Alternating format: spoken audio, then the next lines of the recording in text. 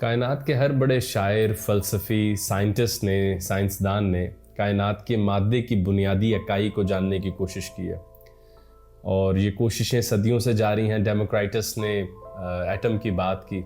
अल्लामा मोहम्मद इकबाल भी अपनी शायरी में जो एक था या निगाह तूने हज़ार करके हमें दिखाया, वो एक जिसको रेफ़र कर रहे हैं वो वही एटम है जो अपने रंग बदल बदल के आ रहा है।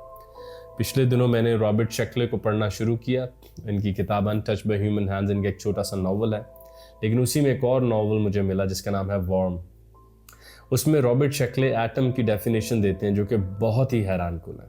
उसमें वो कहते हैं when nothingness is surrounded bye nothingness. Atom कहते हैं when emptiness is surrounded by emptiness. जब खालीपन के हसार में चला जाए तो वहाँ मादा वजूद में आता है। हम साइंसी तौर पर ये बात जानते हैं कि एटम जो है वो 99.9% खाली होता है, बल्कि उसको छोटे से छोटे पार्टिकल में अगर हम तोड़ते चले जाएं तो आखिर में हमारे पास शायद सिर्फ ख्याल आता है। मिर्ज़ा असदुल्ला खान गालिब साहब की वो बात, हस्ती के फरेब में मत आ जाइयो असद, हस्ती के फरेब में मत आ जाना, आलम तमाम हल्का दामे ख्याल है। उन्होंने तो जैसे कॉन्शियसनेस या ऑब्जर्वर को शामिल किया मादे की इक्वेशन में, लेकिन कहने की ये बात भी थी कि हस्ती के फरेब में मत आ जाना, ये है ही नहीं।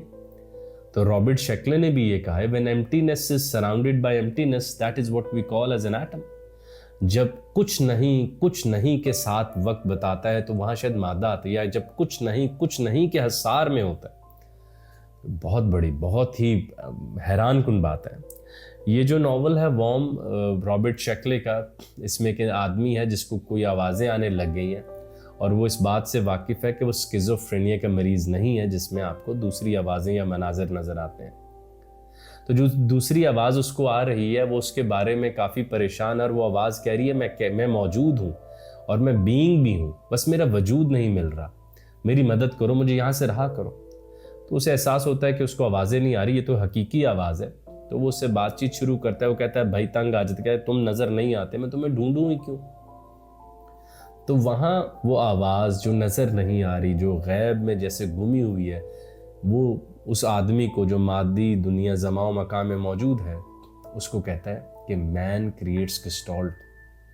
आदमी ही गेस्टाल्ट क्रिएट करता है। आप जिस खुर्रम इलाही को इस वक्त देख रहे हैं, मैं तो इस वक्त कुल मादे का हिस्सा हूँ। मेरे हाथ टेबल पर हैं, मैं पूरा सीट के ऊपर हूँ, मगर आप मुझे काट कर आगे लाते हैं, आप मुझे काट के बाहर ला रहे हैं और कह रहे हैं कि तमाम मादी दुनिया में, तमाम एटम्स में जो ये वाला हिस्सा है ये खुर्रम है।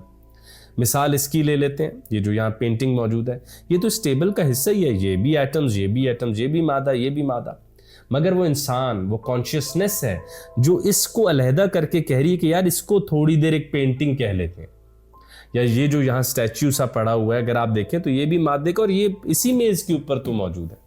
मगर हम शऊरी तौर पर इसको काट कर अलहदा करके समझते हैं और फिर इसे कुल के स्पुर्द कर देते हैं।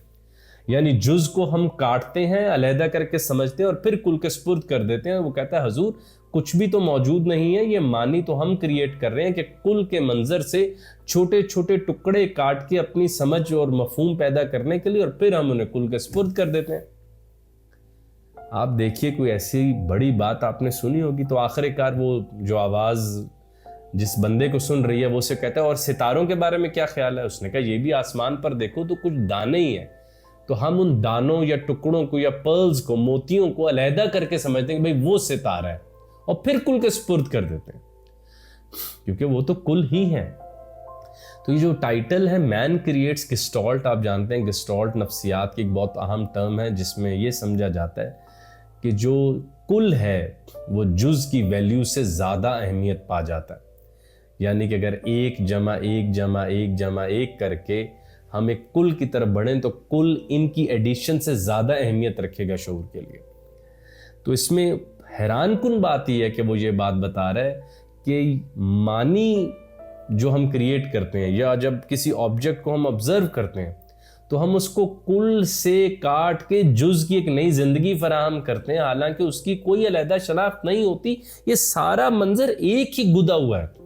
Reality is unbroken. हकीकत तो टुकड़ों में नहीं आती, हकीकत तो एक ही फ्लो में चल रही होती है।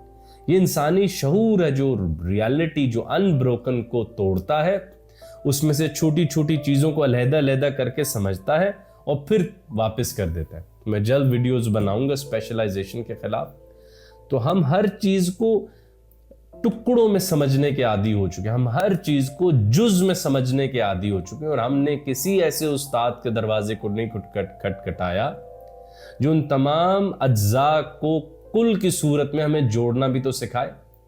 वो जो सब चीजें तोड़ तोड़ के रखी हैं उनको सी कर एक कुल का कपड़ा भी तो बनाना सिखाए। तो ये एक मेरा कोई गैर साइंसी डेफिनेशन देना कोई मकसद नहीं था, लेकिन रॉबर्ट शेक्ले ने मादे के बुनियादी एटम के ऊपर एक ऐसी बात की जिसने मुझे ऐसा हैरान किया कि मेरा दिल हुआ कि मैं आप सबके सामने रखूं कि जब खालीपन की तहवील में होता है तो वहाँ मादा वजूद में आता है। क्योंकि हम साइंसी तौर पर भी जानते हैं कि मादा तकरीबन खाली है। स्ट्रिंग थ्योरी वगैरह की जो थियोरेटिकल डेफिनेशंस या आप थ्योरीज पढ़ेंगे तो आपको बहुत हैरत भी होगी।